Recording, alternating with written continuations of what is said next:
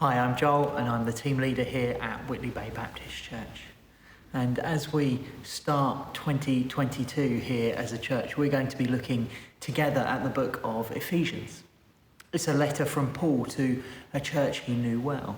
It's a letter which talks about what Christ has done in order that we might belong to him and what impact that should have on the way in which we live. It's about belonging to God and belonging to one another. We're going to take it slowly. Most weeks from now until Easter, we'll look at a chunk of this letter at a time, asking ourselves what it meant for the Ephesian church when they received it, and what it might mean for us today as well. What it has to say about what God has done for us and how we are to live in Whitley Bay in 2022.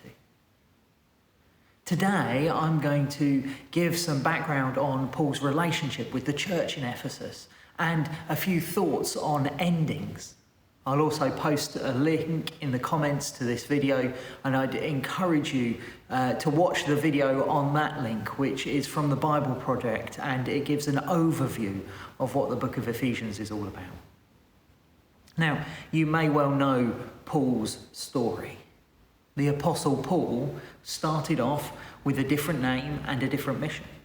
He was called Saul. He was a Jewish leader who spent his time hunting and imprisoning followers of Jesus. Saul had a dramatic conversion on the road to Damascus where Jesus appeared and spoke to him. And from that time on, he was the most amazing missionary for Christ. Everywhere he went, he taught people about who Jesus was and what he had done. Paul planted churches and wrote letters to those churches and their leaders. His letters make up about a quarter of the New Testament in our Bibles. And 3 of those letters were written to those in Ephesus. Much of the book of Acts is about Paul's missionary journeys.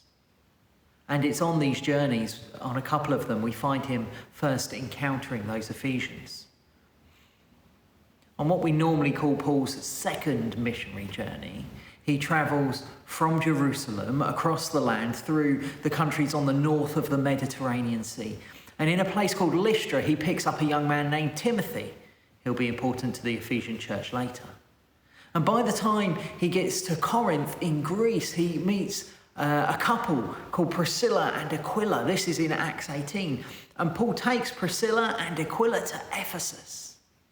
He preaches in the synagogue there, and he leaves that couple behind, and they establish a church which meets in their home as Paul heads off back to Jerusalem. Now, about a year or so after that, Paul heads off on his third missionary journey, which takes him from Antioch back to Ephesus. And he's been gone for maybe 18 months or so, and when he gets back, he stays. Of all the places that Paul visits, he probably spends more time in Ephesus than anywhere else. He's there for about 3 years. He knows this church really, really well. He was close to the people. They were important to him. And Paul's work after this final journey is done is going to change dramatically. At the end of this journey, he returns to Jerusalem, and from there he is arrested and eventually taken to Rome.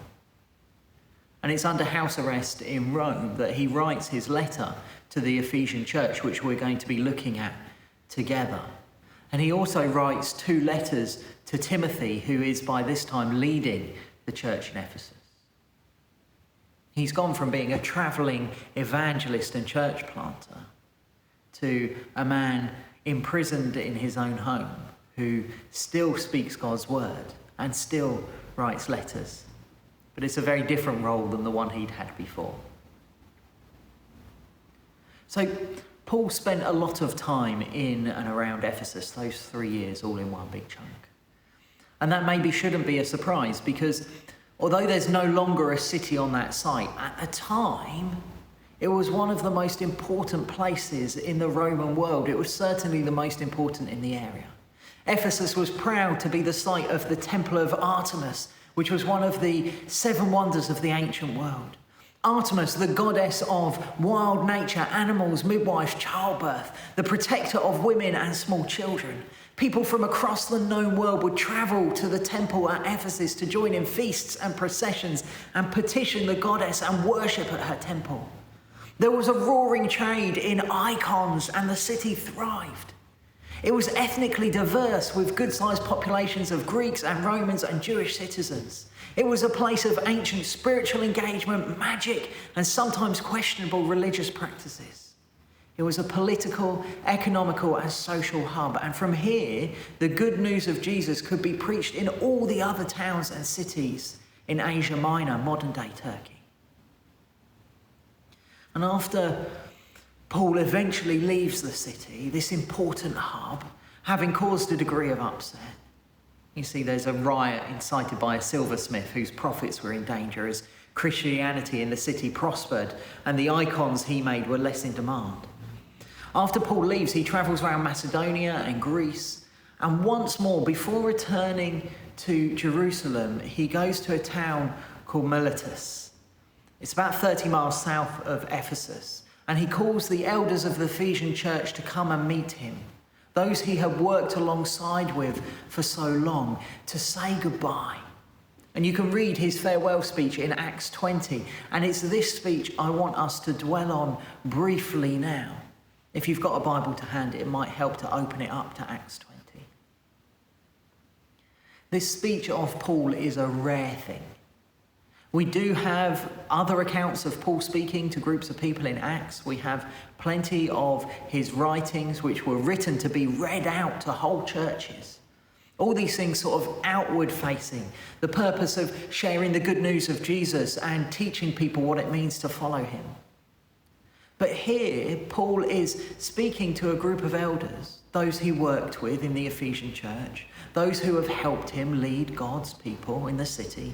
These are his closest co-workers and confidants. And the purpose of this speech isn't to teach them anything. It's not to proclaim anything. It's to say goodbye. He reflects on the work he has done among them, and he thinks about what's coming next. Paul is vulnerable here in a way he is not elsewhere. And I think his words can be split into three sections. He looks back on his service, particularly in Ephesus. He looks forward to what will become of him in Jerusalem. And he commissions the elders to continue the work they have been doing together. He looks back. He describes his work of planting churches and preaching the good news as serving the Lord. I have served the Lord, he says, with humility and tears despite great testing. This image of a servant leader is one we typically equate with Christ. We think about him kneeling to wash his disciples' feet. It's a style of leadership that is much lacking in our world today.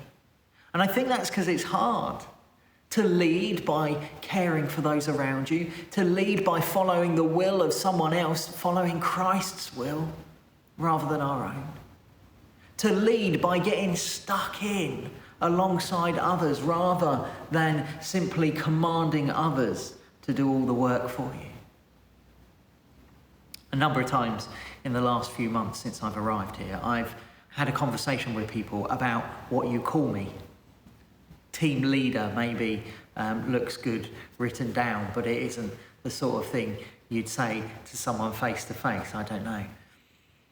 The truth is, I don't really mind what you call me, or you will do just fine. Joel works really, really well.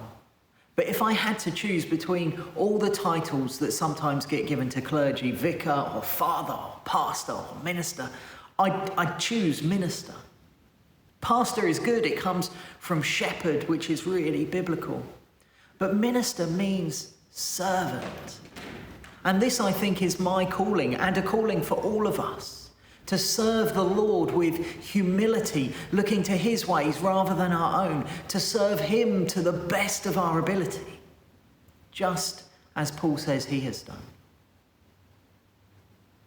From here, Paul looks forwards and his future is unknown. He is travelling to Jerusalem and he knows that he risks opposition, persecution, imprisonment there. But he is confident that Jerusalem is where God is calling him to be. And he's willing to risk himself for the sake of his God-given mission. Eventually, he will be imprisoned. He looks forward, and finally, as Paul says goodbye, he charges the Ephesian elders to watch over themselves, to care for their spiritual lives, and to watch over the church and be good shepherds of it, be on guard against those who would lead them aside from following Christ. In 2022 at Whitley Bay Baptist Church, we are going to be spending some time thinking about our values and our God-given vision. We're going to be seeking his will for our future as a church. And maybe, as we stand at the start of this year, there is an important lesson for us in Paul's words to the elders in Acts 20. Paul manages to look back over his ministry, over his service, to acknowledge how good it has been, how he has done what God has called him to do, and yet also to leave it behind and start a new thing. There will undoubtedly be things in our own lives and in the life of the church that have been important, that have been good, that have been in service to God, that will come to an end as we look forward. The fact that things are ending does not mean that they are not valuable, that they have not been important and fruitful. But like Paul, we need to have the humility to serve where God calls us. And sometimes that means leaving behind what has been good to embrace the new thing that God has for us. Paul also looks to the next steps. He does not know how his journey will end, but he steps forward in faith because that's what God's calling him to do. He goes where God is calling him to go. And this year we'll spend some time together in discernment. And once we've done that, we too must follow Paul's example and step forward in faith, even if we do not know exactly how it will work out. Change, new beginnings means a little of the unknown. But though we do not know, God does. And even though Paul's ministry was going to be very different, it was still fruitful and important. Without his imprisonment, we wouldn't have much of the New Testament. And finally, just as Paul commissions the elders to continue the work in the Ephesian church, so too we need to be looking for, preparing, discipling, and helping those who will come after us. Think about ways in which you serve the Lord right now. Who might do that next? Who might work alongside you in it? Who might take over? Maybe you're the one who's going to step up into a new role in this coming year. What do you need to get ready for what God is calling you to? How can we as a church encourage new people to embrace new roles among us? From next week, we are going to be diving into the letter to the Ephesians. But before that, today, this week, I want you to do something else. I want you to do a ministry appraisal for yourself, a job review, just like Paul looked back over what he had done and looked to the future, to what was to come. I wonder, how have you served the Lord over the last year, over the last 10 years, over the last 20 years? How have you served him? I wonder, how is he calling you to serve him in the future? And I wonder who he might be calling you to work alongside, to encourage and to equip.